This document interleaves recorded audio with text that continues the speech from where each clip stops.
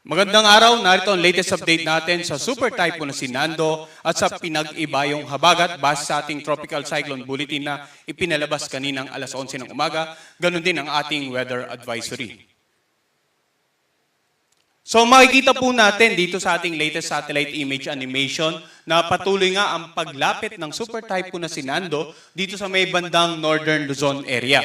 At kaninang alas 10 ng umaga, ang sentro nito or mata ng bagyong si Nando ay tinatayang nasa layong 535 kilometers ang layo silangan ng Tuguegarao City. Taglay ni Nando ang lakas ng hangin na umabot hanggang 185 kilometers per hour malapit sa gitna nito at ang pagbugso ng hangin naman aabot ng hanggang 230 kilometers per hour. Sa kasalukuyan, kumikilos ito sa direksyong Pakanluran sa bilis naman na 15 kilometers per hour.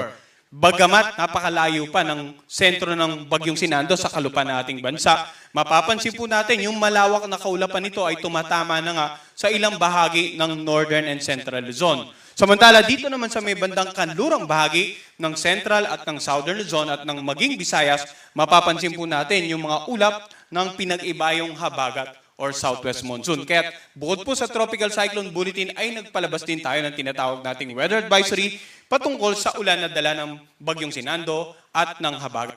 Ngayon, tingnan muna natin ano-ano po yung mga lugar na may tropical cyclone wind signal dahil nga sa patuloy na paglapit ni Nando sa Northern Luzon area.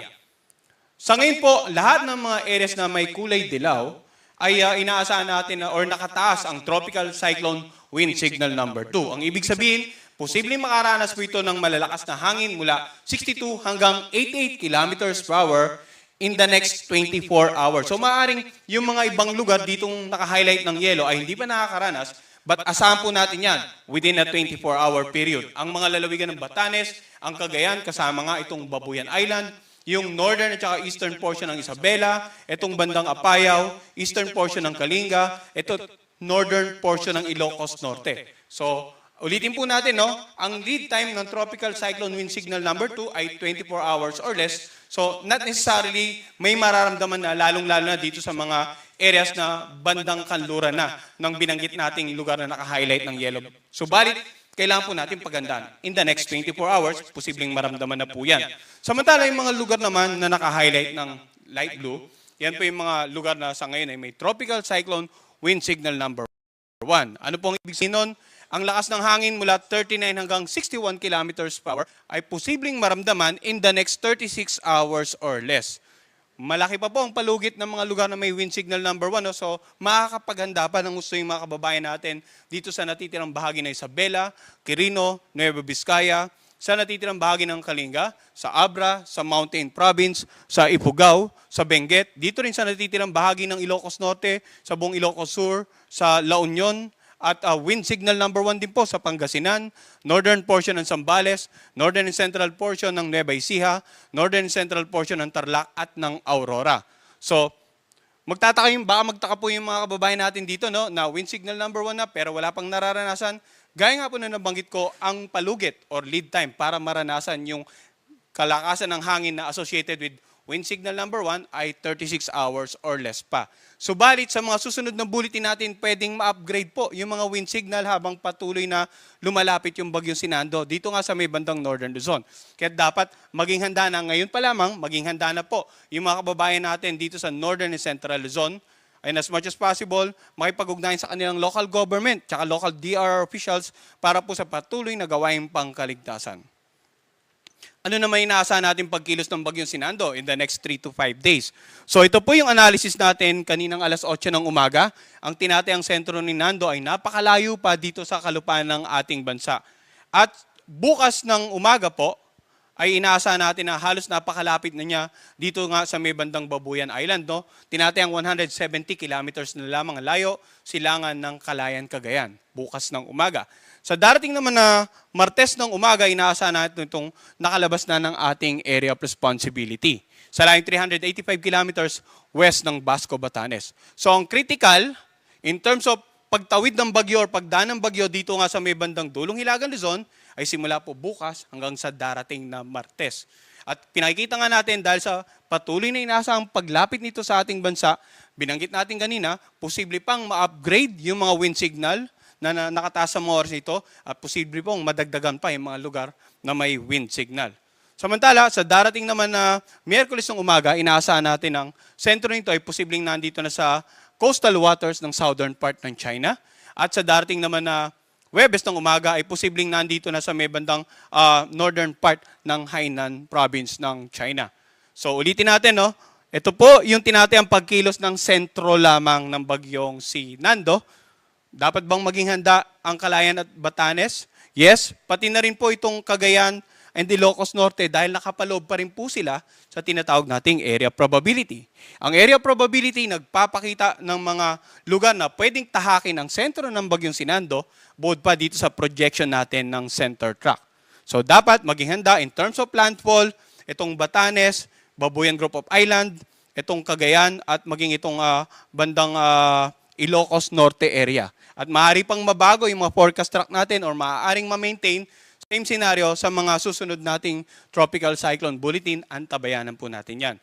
In terms of total paghahanda, hindi lamang sa paglandfall, yung mga binanggit po nating may wind signal, dapat maging handa din po.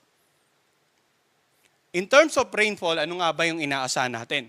Kanina pinakita po natin, no, halos bukas ay nandito na sa bahaging ito, yung tinatayang sentro na ng bagyong Sinando. So, simula ngayong tanghali hanggang bukas ng tanghali, inaasahan po natin yung mga ulan na posibleng umabot na hanggang 200 millimeters dito nga sa may bandang Babuyan at lalawigan ng Cagayan. Samantala, 50 to 100 millimeters sa Batanes at sa Apayao.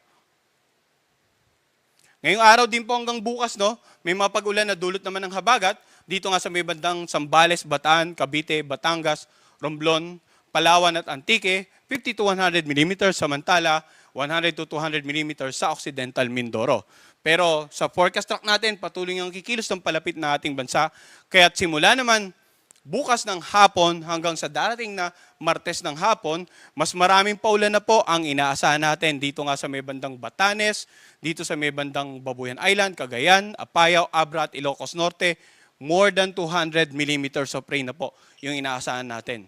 Samantala sa ilang bahagi po ng Northern Luzon, makikita natin at ilang bahagi ng Central at Southern Luzon, meron po tayong range ng ulan mula 50 hanggang 100 millimeters, yung naka-highlight ng dilaw, at 100 to 200 millimeters naman, ito naka-highlight po ng orange, in particular Ilocos Sur, La Union, Benguet. So mas malapit sa sentro na ng bagyo, mas maraming paulan po yung inaasahan natin, kaya naging ganito yung projection natin. Simula bukas ng hapon hanggang sa darating na Martes ng hapon. Kasi binanggit nga po natin kanina, ang critical ay simula bukas hanggang sa Martes in terms of pagtawid ng bagyong Sinando dito sa may bandang Dulong, Hilagang, Luzon.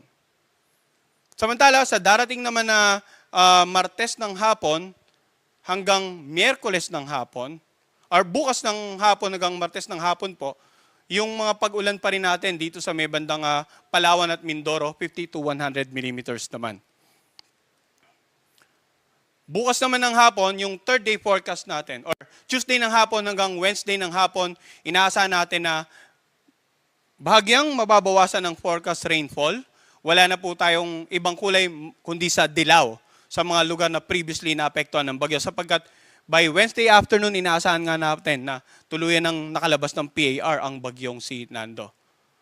So, in terms of mga pagbugso naman ng hangin, aside sa mga lugar po natin na binanggit na may wind signals, may mga lugar ding posibleng makaranas ng strong to gale force wind dahil naman sa pinag-ibayang habagat. Ngayong araw, sa Metro Manila, sa mga lugar sa Central Luzon na walang wind signal, sa buong Calabarzon, Bicol Region, Mimaropa, Visayas, ganun sa Northern Mindanao, Zamboanga Peninsula, Caraga, Davao Occidental at Davao Oriental, asahan po ang paminsan-minsang pagbugso ng hangin dahil sa pinag-ibayong habagat. Bukas naman, may mga pagbugso pa rin ng hangin, Metro Manila, sa mga lugar sa Central Luzon na walang wind signal, sa buong Calabarzon, Bicol Region, Mimaropa, Visayas, Northern Mindanao, Caraga, Zamboanga Peninsula, sa BARMM, Socsargen, Davao Occidental at Davao Oriental. Sa darating naman ng Martes, pagbugso ng hangin, asahan pa rin sa Metro Manila, sa mga lugar sa Central Luzon na walang wind signal, dito sa Calabarzon, Bicol Region, Mimaropa, sa buong Visayas, sa Northern Mindanao, Zamboanga Peninsula at Dinagat Island. So itong mga lugar na binanggit natin, uulitin ko po, ito po yung mga lugar na walang wind signal, hindi direktang naapektuhan ng bagyo, pero maapektuhan ng pinag-ibayang habagat simula po ngayong araw hanggang sa darating na Martes. In terms of babala ng storm surge, ang pinalabas po nating storm surge warning kaninang alas 8 ng umaga, inaasahan po natin posibleng umabot ang mga wave height mula more than 3 meters dito sa mga lugar na naka-highlight ng red, no? That is the Batanes and the Babuyan group of island. Samantala, mula naman 2 to 3 meters dito sa ilang coastal waters ng northern at saka northeastern part ng Cagayan at maging dito sa bandang Ilocos Norte. At 1 to 2 meters naman dito sa may bandang northern part ng or eastern seaboard ng Ilocos Sur. So maaring madagdagan pa po, ma-upgrade pa yung forecast nating storm surge. At nabayanan din po ang susunod nating issuance ng ating storm surge warning.